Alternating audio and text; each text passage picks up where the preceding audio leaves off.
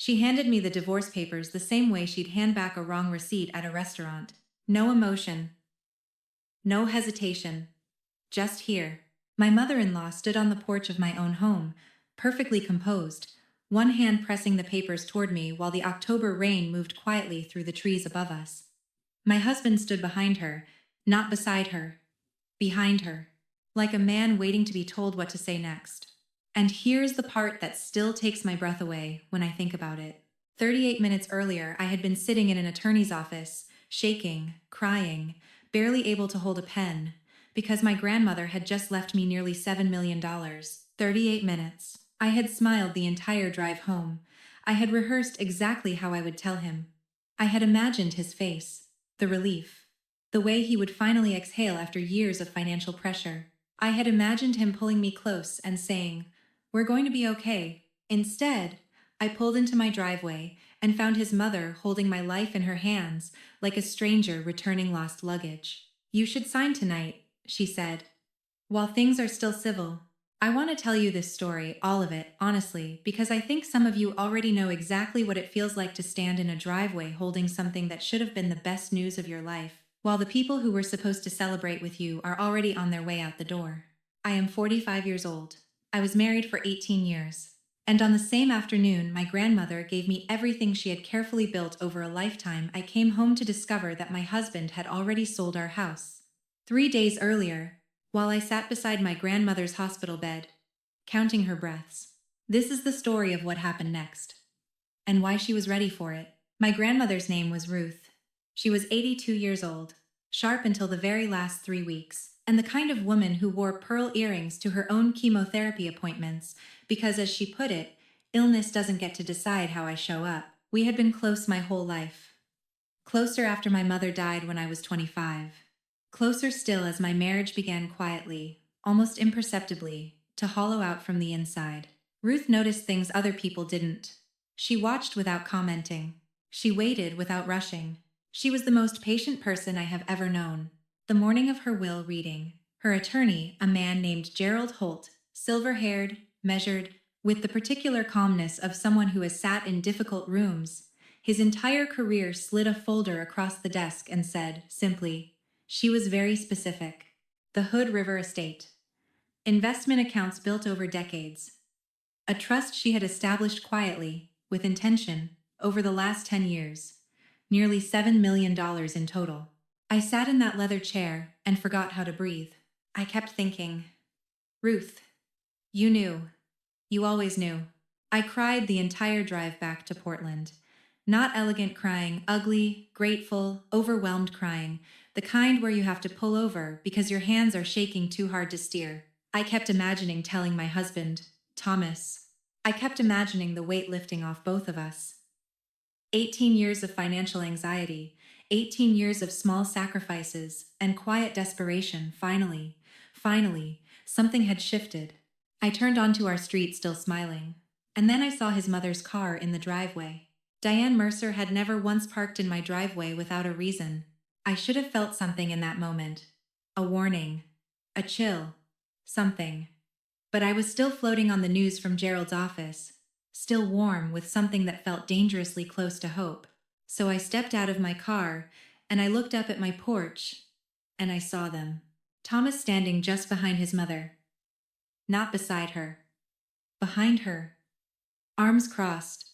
Shoulders caved slightly inward the way they always got when Diane had been talking to him for a while. And Diane herself, upright, composed, holding a thick envelope against her chest like a shield or a verdict. The curtains in the front window were different. The porch swing Thomas built 4 years ago, the one with the uneven third board he always swore he'd fix, was gone. My flower boxes were gone. All of it hit me in pieces. Then all at once, I stood in my own driveway and felt the joy drain out of me like water through a cracked bowl. You should sign tonight, Diane said. While things are still civil. She didn't say hello. She never did. I looked at Thomas. He looked somewhere past my left shoulder. 18 years of marriage, and he could not look me in the eye. He said, "It's done, Margaret. The house closed 3 days ago. 3 days ago. 3 days earlier, I had been sitting beside my grandmother in a hospice room on the 14th floor, holding her hand, listening to the rain. 3 days earlier, my husband was in an attorney's office, transferring our home. I want to be honest with you, I expected to collapse. I had always assumed that if something like this happened, I would fall apart spectacularly. I was not a dramatic person, I told myself. I was steady. I was practical. I kept things together. But the truth was, I kept things together because I was afraid of what would happen if I didn't. That is not strength. That is fear wearing strength's coat. And yet I didn't collapse, because at that exact moment, a memory surfaced with almost frightening clarity. 3 months earlier, Ruth and I had been sitting on her back porch in Hood River, watching the Columbia River move through the September light. She had gone quiet for a while, the way she did when she was working something out. Then she turned to me and said, "Margaret, promise me something. If anyone ever hands you papers and tells you to sign, immediately wait. No matter the pressure, no matter what they say. You wait." I had laughed at the time. I told her she sounded paranoid. She gave me a look. She said, "I sound like someone who has watched what happens to women who trust too quickly." I didn't understand then. Standing in my driveway in the Portland rain, holding a dead woman's business card in my coat pocket, I understood completely. I looked at Diane. "You took down my flower boxes," I said. She blinked. "What?" "The lavender ones. In the window ledges. They were there last week." Thomas shifted. "Margaret, they were there last week," I said again, quietly. Because I needed someone in that driveway to acknowledge that something had been removed long before today. That this had been planned, deliberately, while I was elsewhere. Diane stepped forward and held the envelope toward me. "The buyers arrive tomorrow morning. There are some." "How long have you been planning this?" I asked. Thomas finally looked at me directly, and his expression, it wasn't cruel. That would have been easier. It was the face of a tired man who has finally put down something heavy. Like I was the heavy thing. "You'll be fine," Diane said. "You've always been resourceful." And there it was. 20 years of Diane Mercer's signature weapon, the insult folded inside the compliment. "You're so independent, Margaret. You're resilient. You don't need as much as other women." Every sentence, a small pair of scissors, snipping. And I had let her do it, year after year, because Thomas would always say afterward, "She doesn't mean it that way." And I would choose the marriage over the confrontation. Every single time. I want to stop here and say something directly to you. If you have ever been in a room with someone who made you feel invisible while smiling at you, you already understand what this kind of woman does. She doesn't shout. She doesn't make scenes. She operates in the margins, in the silences, in the polished exchanges that leave you questioning your own perception. And the most dangerous part? It works slowly enough that by the time you notice the damage, it looks like damage you caused yourself. You stop knowing which parts of yourself you chose and which parts were quietly taken. That was Diane. Since the very first evening Thomas brought me to meet her, when I was 27 years old, and she said with a flawless smile, "Oh, you're nothing like I imagined." Thomas usually goes for a different type. I stood still. I did not take the papers. My right hand found Gerald Holt's business card inside my coat pocket. And then a dark blue sedan pulled up to the curb. Thomas saw it first. His posture changed instantly, shoulders back, chin up. Diane turned, and her entire face switched registers, the social smile appearing automatically, like a reflex she'd spent decades perfecting. A man stepped out. Late 50s, unhurried, charcoal coat, leather case. He moved like someone accustomed to entering charged rooms without taking on their energy. His name, I would learn in the next 60 seconds, was Raymond Cho. He was the attorney Gerald Holt had sent. Ruth had requested him personally, only under specific circumstances. Gerald had told me that morning. He'll know when. Raymond looked at me first. "Not Thomas. Not Diane. Me," he said. "You must be Margaret." He said it the way someone says a name they've been told to remember. I nodded. Diane stepped forward smoothly. "We're resolving a family matter. If you're here about the closing, I'm here about the trust," Raymond said. Simple. No emphasis. No drama. The word landed on that porch, like something dropped from a great height. Thomas said, "What trust?" Raymond looked at him calmly. "That's what I'm here to discuss." He turned back to me and held out an envelope. cream-colored. Ruth's handwriting on the front. For Margaret. In case Diane finally gets what she's been after. I stopped breathing for half a second. She knew. She had been watching this coming for years, and she had prepared for it the way she prepared for everything quietly, completely, with devastating patience. My hands trembled slightly as I held the envelope. Diane saw it. Something shifted behind her eyes. Not embarrassment, not irritation. Fear. Real fear. Not the social discomfort I had spent 20 years misreading as confidence. Actual, unguarded fear. And seeing it told me exactly how solid her plan had actually been. Raymond spoke to Thomas in a measured voice. 5 years ago, when your business faced insolvency, when your lender threatened foreclosure on this property, a third party quietly secured a protected ownership interest in exchange for resolving the financial liability. Thomas went still. That is not possible, Diane said. Raymond looked at her without blinking. It's documented. Thomas turned to his mother. Slowly. The way you turn when you're not certain you want to see what you're about to see. And I watched Diane Mercer, the woman who had operated for 20 years with the certainty of someone who is never wrong, begin to understand that she had miscalculated. I opened Ruth's letter right there in the rain. The paper smelled like her. Cedar and old books, and something faintly floral I could never name. For one unbearable moment, I forgot everything. The house. Thomas. Diane. All of it. I just missed her. Completely. Overwhelmingly. The woman who drove 11 hours through a January ice storm when my mother died because she refused to let me grieve alone. The woman who mailed me a handwritten birthday card every single year, no matter where I lived. The woman who wasn't paperwork. Who wasn't money. Who was just Ruth. I pressed the letter flat and read, Margaret, if you are reading this, then I was right to be careful. I'm sorry I couldn't warn you directly. But you have always wanted to see the best in the people you love, and if I had told you what I suspected, you would have defended Thomas before the evidence was in front of you. That is both your gift and your vulnerability. I paused. Swallowed. Diane Mercer has been managing her son's life since long before you entered it. She does not see this as controlling. She sees it as protecting.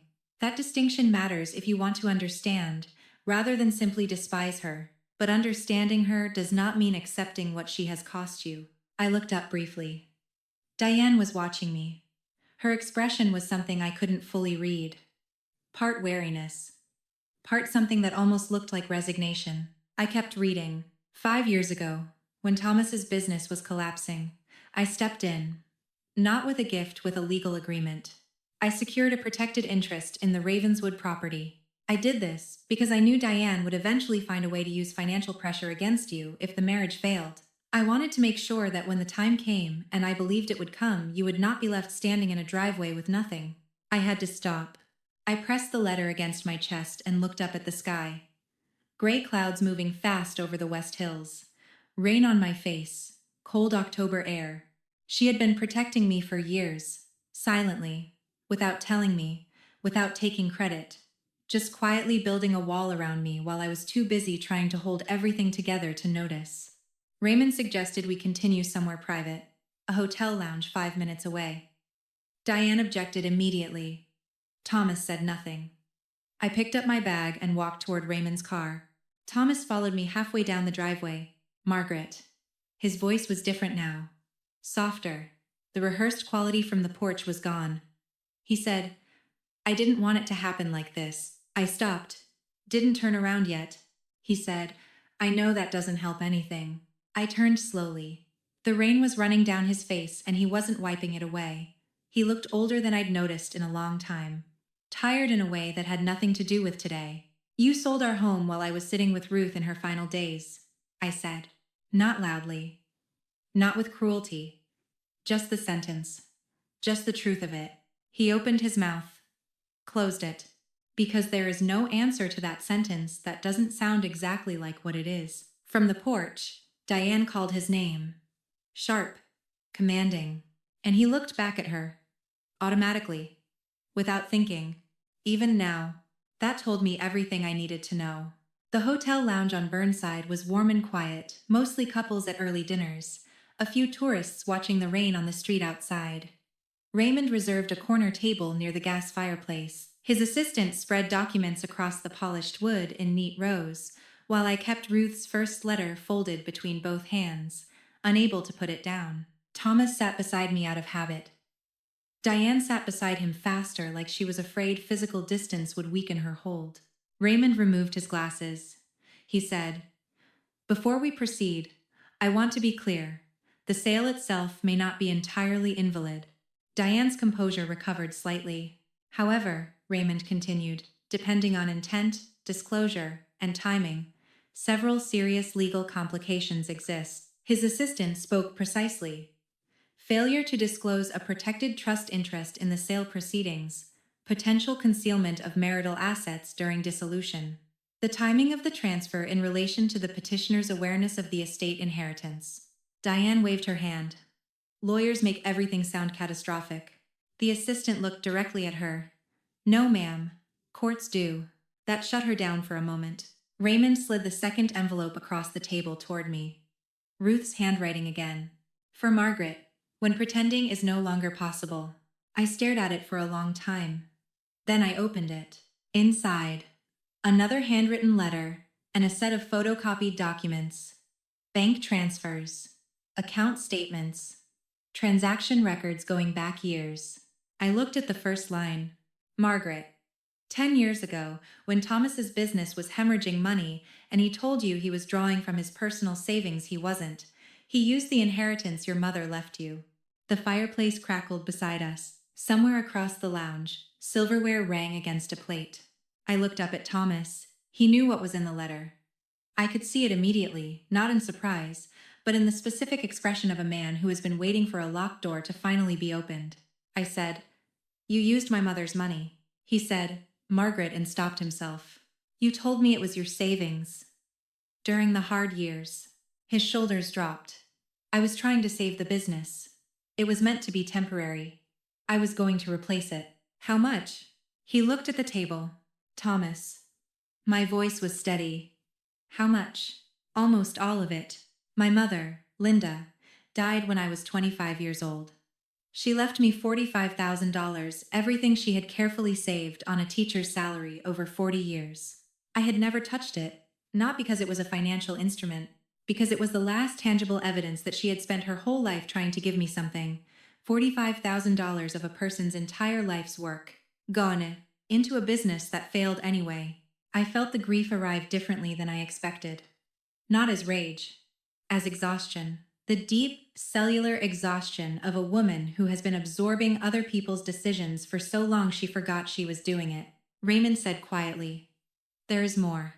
He slid another document toward Thomas. During the same period, Mr. Mercer claimed financial hardship and drew from the marital accounts. Significant withdrawals were routed through a separate account registered to Diane Mercer. He paused. High-risk investment vehicles. Returns, where they occurred, deposited into accounts held solely in Mrs. Mercer's name. The silence that followed was enormous. Thomas turned toward his mother. Slowly. "You were moving money out," he said, "while I was telling Margaret we had nothing." Diane's composure fractured, just slightly. "I was protecting our future." "Our future?" "Yes, you let me borrow from Margaret's mother's inheritance," Thomas said, his voice dropping to something flat and cold, "and the whole time you were protecting our future into your own account." Diane crossed her arms. Someone had to think long-term. Thomas stared at her. And I watched something happen that I had never seen in 18 years of marriage. I watched Thomas Mercer look at his mother, and finally for the first time see her clearly. Not as protector, not as advisor, as the architect of his destruction. "You told me this was clean," he said. "You said the paperwork was straightforward. You said Margaret would never know." Diane's eyes narrowed. "Don't make me the villain here. You moved money out of my business. I managed it. That's stealing, Mom." The word "mom" came out strange. Small. Like a little boy's voice trapped inside a man who had just realized the woman he'd been trying to please his entire life was not who he thought she was. Patricia flinched. Not at being called a thief, at being called Mom with that particular crack in his voice. I sat quietly at that table and watched 20 years of a carefully constructed alliance collapse under the weight of its own machinery. Because here's what I understood in that moment. And what I think is the real lesson the entire evening was teaching me. Thomas wasn't destroyed by one terrible decision. He was destroyed slowly, over decades, by a simple inability to disappoint his mother. And that inability, that one emotional failure, had cost him his judgment, his integrity, and his marriage. I could be sorry for him, but compassion is not obligation. And feeling sorry for someone is not a reason to set your own life on fire to keep them warm. I picked up my bag. Thomas looked up. "You're leaving?" I nodded. "Where are you going?" I looked at him for a long moment. At the man who once danced with me in our kitchen at midnight. At the man who forgot my mother's birthday 12 years in a row until I stopped mentioning it. At the man who was both of those people simultaneously, because people are never just one thing, and honest love doesn't ask you to pretend otherwise. I said, "Hood River." I shook Raymond's hand. I walked through the warm lounge and out into the cold Portland rain. I did not look back through the window. I heard later through Raymond that Thomas and Diane argued for 40 minutes after I left. That she walked out first, taking a cab, leaving him at the table alone. That the lounge staff had to ask if he needed anything before he finally stood up. I thought about that image for a long time. Thomas alone at the table. 60 years old. Finally understanding that the woman he had spent his entire life trying to earn was not, and had never been, unconditionally on his side. That is a devastating thing to understand at any age. But grief that belongs to someone else is not yours to carry. Ruth's caretaker, a quiet man named Ellis, opened the Hood River gates at 2 in the morning.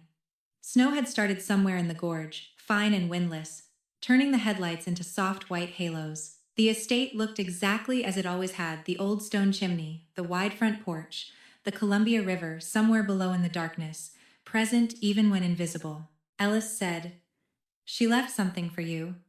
On the desk in the study." He paused. "She told me you'd come. She said she hoped it wouldn't be too late in the evening." I pressed my fingers briefly to my mouth. Nodded. The study was exactly as Ruth had left it: floor-to-ceiling shelves, the green glass lamp, jazz records stacked beside the window. And there, sitting in the precise center of her desk, as though placed with ceremony, was one final envelope. I sat down in her chair and opened it. "Margaret, if you're reading this from my study, then you made it. That is enough for tonight. Don't try to solve everything in the first 24 hours. Eat something. Sleep. The river will still be there in the morning, and it is very good for perspective." I laughed out loud in that empty room. A real laugh, startled out of me. She was still managing me from beyond the envelope. It felt like the purest love I had been near in years. She had written more. "You are going to want to take care of Thomas emotionally in the coming weeks. To check in, to make sure he is okay. I am asking you as your grandmother. Directly, please do not. Not because he doesn't deserve kindness, but because you have been everyone's emotional caretaker for 18 years. And what you need now is to find out what your days feel like when they belong entirely to you. That may frighten you at first. That's normal. It means you are finally taking up your own space." I folded the letter carefully. Outside, the snow had slowed to something closer to mist. The river was invisible in the darkness, but I could feel it there, the weight of all that moving water, indifferent and enormous, and completely, entirely itself. That, I thought, is what I want to be. Completely itself. 1 year later, I am standing in Ruth's kitchen, my kitchen now watching November light spread across the Columbia in long gold lines. There is something warm on the stove, and Ellis is in the garden arguing quietly with a rosebush that refuses to cooperate. And my oldest friend, Priya, is somewhere in the house insisting I own the wrong kind of coffee mugs. Healing did not arrive the way I expected. I thought it would feel like a scene from a film one morning, where the light changes and everything makes sense at once. But healing, at least for me, came in small increments, quietly, almost without announcement. The first morning, I woke up without anxiety, knotting itself in my stomach before I was fully conscious. The first evening, I realized I hadn't checked my phone once, monitoring someone else's mood. The first dinner where nobody commented on the way I cooked, or spoke, or laughed. Tiny freedoms. Repeated enough times to become a life. Thomas wrote twice. The first letter came 6 months after Hood River, long, careful, full of genuine regret, and the specific loneliness of a man sitting in the rubble of his own choices. His business dissolved under legal debt. Friends disappeared when details became public in certain social circles. Diane, Raymond told me, retained her own attorney within a week of that evening and structured the financial settlements to place primary liability on Thomas. He hadn't seen her in months by the time he wrote. His final paragraph said, "Your grandmother understood how all of this worked. I was too afraid to look at what she could see." I never wrote back. Not from bitterness. Not from hatred. Strangely enough, I don't carry either of those things anymore. Time has softened the sharpest edges of what happened. What remains is something quieter. Acceptance. And clarity. The mistake most people make, and I made it for 18 years, is believing that staying is loyalty and leaving is failure, that enduring is the same as loving, that absorbing damage quietly makes you strong. But there is a difference between a home and a place where you have learned to survive. And the most important thing Ruth gave me wasn't money, or property, or the legal architecture that caught me when I fell. She gave me the proof that someone had watched my entire adult life, understood what was happening to me, and cared enough to prepare. Quietly. Without taking credit. Without burdening me with it. She gave me the proof that I was worth protecting. After 18 years in a marriage that slowly, almost imperceptibly, taught me otherwise, that proof changed something in me permanently. That evening, after Ellis and Priya have gone home, I step outside onto the porch alone, wrapped in Ruth's old wool coat, snow on the mountains, the Columbia somewhere below in the dark, moving steadily, the way it always has. I sit on the porch swing, the one Thomas built, the one that was removed from Ravenswood and returned here as something between a joke and a kindness. I run my hand along the wood grain. The uneven third board is still there. For years, I thought home was a person, a marriage, a place where someone promised to stay. But age teaches you difficult truths. Sometimes, the people you love most become the people you survive. And sometimes losing the wrong ones is the first honest step toward finding peace. The cold mountain air fills my lungs. And quietly, mostly to myself, I say, for a long time, I begged people to love me the way I deserved. Now I know real love never asks you to shrink first. The wind moves through the trees. Somewhere far below, the lights of Hood River glow softly in the dark. And for the first time in a very long time, I feel completely at home. Before I go, I want to ask you something. If you watch this all the way to the end, I already know something about you. You understand what it means to stay somewhere past the point where staying serves you. You understand what it costs to keep the peace when the peace only exists because you've agreed to disappear into it. So drop a number in the comments. Type 1 if you think I should have left years earlier. Type 2 if you think I made the right call, staying as long as I did. Type 3 if you have your own version of this story and you're still finding your way out. And tell me, where are you watching from right now? What time is it there? I'm always moved by this community, and I'd love to know. If this story touched something real in you, if it made you think of someone, or somewhere, or someone you used to be, please share it with one person who might need it today. Sometimes a story doesn't need to be perfect. It just needs to arrive at the right moment. If you want to be here for the next one, subscribe, and keep the bell on. These stories don't go wide, they go deep. And deep is where the ones that matter live. Thank you for spending this time with me. This is a fictional story inspired by real emotional experiences, fully rewritten and reimagined in Portland, Oregon to create original content. Any resemblance to real people or events is purely coincidental.